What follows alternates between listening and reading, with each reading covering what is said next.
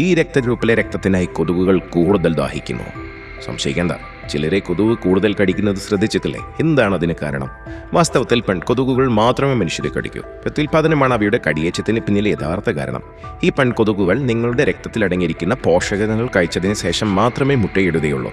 അത്തരമൊരു സാഹചര്യത്തിൽ ജപ്പാനീസ് ശാസ്ത്രജ്ഞരുടെ അഭിപ്രായത്തിൽ എ രക്തഗ്രൂപ്പിനേക്കാൾ ഒ രക്തഗ്രൂപ്പിലുള്ളവരിലേക്ക് കൊതുകുകൾ കൂടുതൽ ആകർഷിക്കപ്പെടുന്നു. ഒ രക്തഗ്രൂപ്പുള്ളവരുടെ രക്തം കൊതുകുകൾക്ക് കൂടുതൽ ഇഷ്ടമാണെന്നും ഈ രക്തഗ്രൂപ്പുള്ളവരെ കൊതുകുകൾ കൂടുതൽ കടിക്കുമെന്നും പറയപ്പെടുന്നു. ഒ രക്തഗ്രൂപ്പുള്ളവരിൽ ഉപാപചയ നിരക്ക് കൂടുതലാണെന്നും അതിനാലാണ് ഇത്തരക്കാരിലേക്ക് കൊതുകുകൾ ആകർഷിക്കപ്പെടുന്നതെന്നും പല ഗവേഷണങ്ങളും തെളിയിച്ചിട്ടുണ്ട്. ഇതോടൊപ്പം കാർബൺ ഡൈ ഓക്സൈഡിന്റെ ഗന്ധം കൊതുകുകളെ അതിവേഗം മനുഷ്യരിലേക്ക് ആകർഷിക്കുന്നു. പെൺകൊതുകുകൾ കാർബൺ ഡൈ ഓക്സൈഡിന്റെ ഗന്ധം അവരുടെ സെൻസിംഗ് അവയവം ഉപയോഗിച്ച് മനസ്സിലാക്കുന്നതിലൂടെ മനുഷ്യ ശരീരത്തിലേക്ക് ആകർഷിക്കപ്പെടുന്നു. രാത്രിയിൽ നിങ്ങൾ സമാധാനത്തോടെ ഉറങ്ങുമ്പോൾ കൊതുകുകൾ കാർബൺ ഡൈ ഓക്സൈഡിന്റെ ഗന്ധം കണ്ടെത്തി നിങ്ങളുടെ അടുത്തേക്ക് വരാനുള്ള കാരണം ഇതാണ്.